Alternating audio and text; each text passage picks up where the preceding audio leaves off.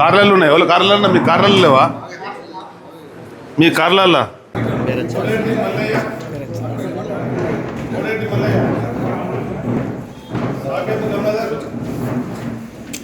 పట్టుకు నిలబడి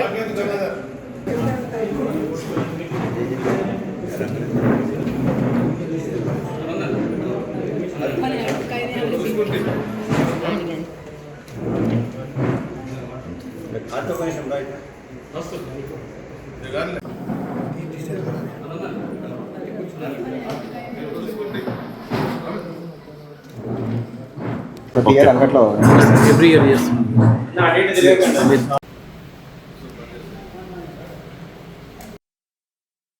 కూర్చో. ఆ చేరెట్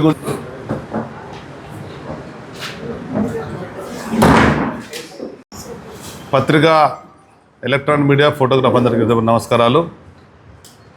నిన్ననే మనం రాష్ట్ర వ్యాప్తంగా, దేశవ్యాప్తంగా తెలుగు అన్నటువంటి దాంట్లో ప్రధానంగా శ్రీరామనవమి, శ్రీరామ కళ్యాణం ఘనంగా నిర్వహించుకున్న అందరికీ శుభావందనాలు. ప్రస్తుతం జరుగుతున్నటువంటి శాసనసభ, శాసన మండలి సమావేశాలలో ప్రభుత్వం అనుసరిస్తున్న తీరు చూస్తే పేదల పట్ల, నిరుపేదల పట్ల ప్రజా సంక్షేమాన్ని విస్మరించి ప్రజా సమస్యల పరిష్కారం కొరకు వేదికగా ఉండే దోహదపడేటువంటి ఈ వేదికలను సరిగా ఉపయోగించకుండా ఇష్టానుసారంగా నడిపిస్తున్న విషయం కనబడుతుంది. గతంలో సంవత్సరానికి 60-65 రోజులు ఉండేటువంటి సమావేశాలు ఇప్పుడు 20 తగ్గిపోయినా కానీ ఈ జరిగినటువంటి ఈ సమావేశాలలో ముఖ్యమంత్రి గారు బాధ్యతగా తన క్యాబినెట్ మంత్రులు అందరూ కూడా ఉండి ప్రస్తుతం ప్రయోగించుకుంటున్నటువంటి ప్రధాన సమస్యల పరిష్కారానికి ఒక వేదిక చూడాలి. అటువంటిది ఢిల్లీ పర్యటన అని, కేరళ పర్యటన అని, ఇతరత్ర కార్యాలయం పేరు మీద బయట వెళ్తున్నాడే కానీ అక్కడ ఉండి మాత్రం జవాబుదారీగా పనిచేయాలని స్పష్టంగా కనబడుతుంది.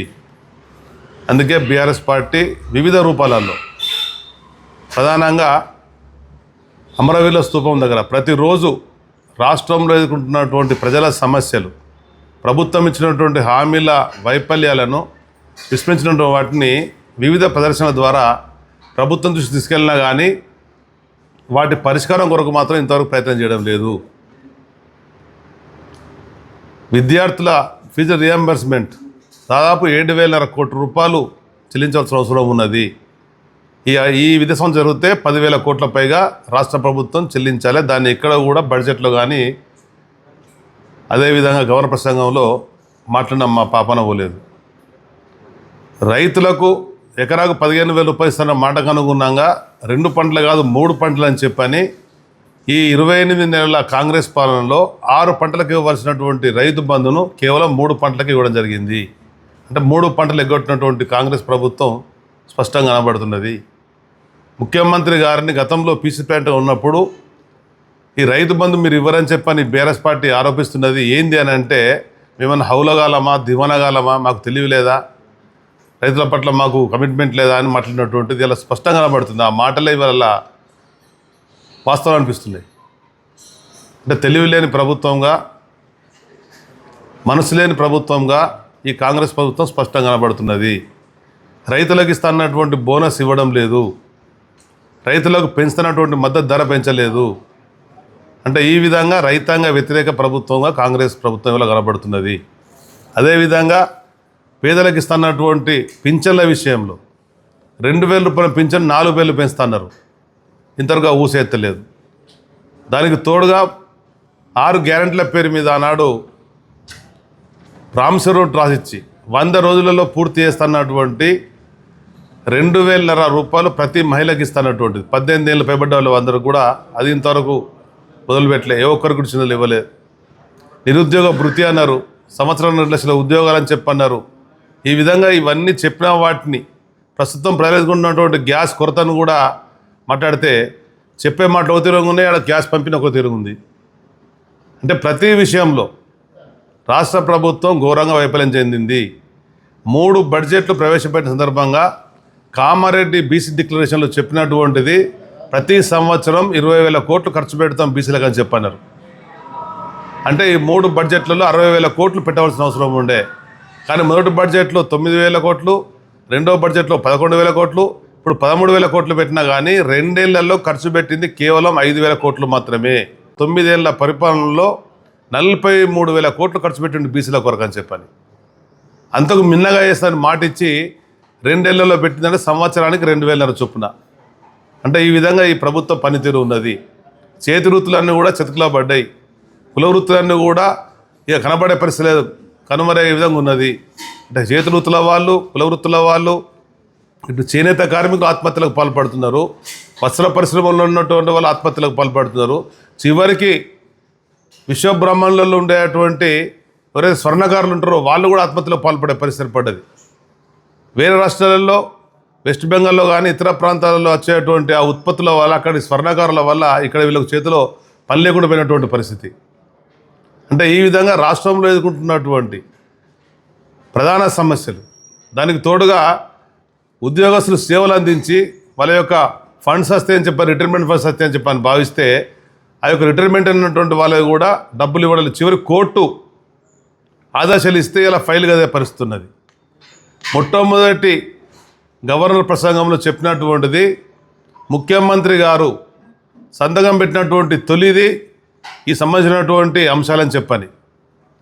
ఏ ఒక్కటి కూడా మరి ఆ యొక్క ఆచరణ రాలేదంటే మరి ఆ ఫైల్ ఏమైందని చెప్పని బీఆర్ఎస్ పట్టాడితే జవాబు వెళ్ళినటువంటి పరిస్థితులలో దానిలో ఒక సిటేం కూడా ఉండడం జరిగింది. మీరు సంతకం పెట్టినటువంటి ఫైల్ ఎక్కడ పోయింది, కనబడడం లేదు, ఇంతవరకు ఆ ఫైల్ మూమెంటే లేదు. ఈ 6 గ్యారెంటీ సంబంధించినటువంటి వాటికి పెడతాను అనుగుణంగా, చేస్తాను అనుగుణంగా ఎందుకు కాలేదంటే చెప్పలేని పరిస్థితిలో ఉంది. అయినా కానీ మొక్కవోని ధైర్యంతో పెద్దలు కేసీఆర్ గారి యొక్క సూచనలు, సలహాల మేరకు అటు శాసనసభ్యులు, ఇటు శాసన మండలి సభ్యులు, ఎల్ఓపి గారు అందరం మేము నిరంతరం ప్రజల కొరకు ఈ వేదికలను ఉపయోగించుకుంటున్నాం. 30 చివరి రోజు ఉంది, అయినా కానీ ఆ రోజు వదిలిపెట్టకుండా రాష్ట్రంలో ఉన్నటువంటి రైతాంగ సమస్యలు, ప్రజా సమస్యలు, పేదల సమస్యలు, ఇటు ఆరోగ్యశ్రీ పరంగా ఉన్నటువంటి చెల్లింపులు కావడం లేదు, వీటన్నిటి పట్ల కూడా మా కార్యక్రమాలు ఉంటాయి. వాళ్ళు ఇచ్చిన హామీలు అమలయ్యేంత వరకు, ఈ సమస్యలు పరిష్కారమయ్యేంత వరకు కాంగ్రెస్ పార్టీని ఎట్టి పరిస్థితులలో నిలదీస్తూనే ఉంటాం, ఎప్పటికప్పుడు అడుగుతూనే ఉంటాం. వాళ్ళ మెడలు బట్టి పనిచేసే విధంగా కూడా మా కార్యక్రమాన్ని తెలియజేస్తున్నాం. అంటే రాజకీయాలల్లో మొదటికెళ్ళి చూస్తున్నాం మనం, శాశ్వతమైనటువంటి శత్రువుగా మిత్రులు అనేది ఎప్పుడు ఉండరు. సమయానుకూలంగా, పరిస్థితులకు అనుగుణంగా, రాజకీయ పార్టీలకు అవసరాలకు అనుగుణంగా, నాయకులకు ఎక్కడైతే గౌరవం, చోటు లభిస్తా అనుకుంటుందో దానికి అనుగుణంగా నిర్ణయాలు అవుతాయి. ఆ నిర్ణయాలకు అనుగుణంగా మా హైకమాండ్ ఏమిటో మాట్లాడితే, గతంలో సాంప్రదాయం ఇద్దరు కేసీఆర్ గారికి దాదాపు 50 ఏళ్ళ రాజకీయ అనుభవం ఉన్నది, 25 ఏళ్ళుగా పార్టీ నడిపిస్తున్న అనుభవం ఉన్నది, 10 ఏళ్ళు పరిపాలించిన అనుభవం ఉన్నది. కనుక వారి సూచన సలహా మేరకు మేమందరం కూడా పాటిస్తాం. అనుభవజ్ఞులైనటువంటి వాళ్ళు, రాష్ట్రంలో ప్రజల కొరకు, శ్రేయస్సు కొరకు పాటుపడేటువంటి వాళ్ళు, ప్రజా సమస్యల పట్ల అవగాహన ఉన్న వాళ్ళు వస్తే తప్పకుండా బీఆర్ఎస్ పార్టీ స్వాగతిస్తుంది. వారి తగ్గట్టు గౌరవించుకుంటూ పార్టీలో ఉండే నాయకత్వాన్ని, కార్యకర్తలను కూడా ఎప్పటికప్పుడు వెనుదనగా ఉంటుంది. వ్యక్తుల పరిస్థితి ఎప్పుడు ఉండదు, రాజకీయ పార్టీ ప్రధానం. నేను 70 ఏళ్ళలో కార్యకర్తగా మొదలు పెడితే ఇప్పటి వరకు ఏ పార్టీలో ఉంటే ఆ పార్టీ కమిట్మెంట్గా ఉన్నాం. ఆ పార్టీ ఇచ్చినటువంటి పనులను తప్పకుండా చేసినాం. చేయవలసిన బాధ్యత కూడా ప్రతి ఒక్కరి మీద ఉంది. మేమే చెప్తాం, క్రమశిక్షణ కలిగినటువంటి సైనికుల మాదిరిగా ఉండాలా. పార్టీ జెండా ఎత్తుకున్నప్పుడు పార్టీ సిద్ధాంతాలకు అనుగుణంగా, పార్టీ నాయకుల అవకాశాలకు అనుగుణంగా పనిచేయాలా. హైకమాండే సుప్రీం. అవకాశాలు వచ్చినా, అవకాశాలు రాకున్నా, అవకాశాలు ఇచ్చినా ఇవ్వకున్నా పార్టీ కట్టుబడి ఉండాలి. ఎవరైనా కానీ ఆ విధంగా ముందుకెళ్ళాలి. అయినా పార్టీ ఎందుకు అంటే అన్ని విధాలుగా ఆలోచించి నిర్వహిస్తున్నది. దానికి అనుగుణంగా ప్రతి ఒక్క గౌరవం లభిస్తుందని భావిస్తున్నాను. Thank you. అది పార్టీ చూసుకుంటుంది. అటువంటి ఏమన్నా కానీ దాన్ని ఇంకా అక్కడికి వెళ్ళి మాకు రాకముందు, వారు మాట్లాడకముందు మేమే ఇలా చెప్పగలుగుతాం. కనుక ఏదున్నా కానీ ఆ స్థాయిలో మాట్లాడుకుంటారు. వారికి ఉన్న అనుభవం అనుగుణంగా వారి సేవలు పార్టీకి అవసరం అనుకున్నాం, తప్పకుండా ఆహ్వానిస్తాం. దానికి అనుగుణంగా ముందుకెళ్తాం. Thank you.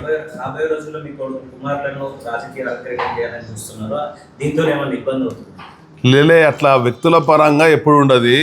ఏ వ్యక్తి అయినా కానీ ప్రజల సేవ చేసిన ముందుకు వచ్చినప్పుడు పార్టీ వేదిక ఉంటుంది. దానికి తోడుగా పార్టీ అవకాశం ఇస్తే ముందుకెళ్తాం. దానికి అనుగుణంగా ప్రజలు ఆదరిస్తే ఆ బాధ్యత దొరుకుతాయి. కనుక కొడుకుల, కుమారుల, బావల, బామ్మర్దుల, కోడళ్ళ, కూతురుల అనేది ఉండదు. రాజకీయాలలో ఎవరు కమిట్మెంట్గా పనిచేస్తే దానికి అనుగుణంగానే పార్టీ గుర్తిస్తుంది. దానికి అనుగుణంగానే ముందుకెళ్తాం. Thank you.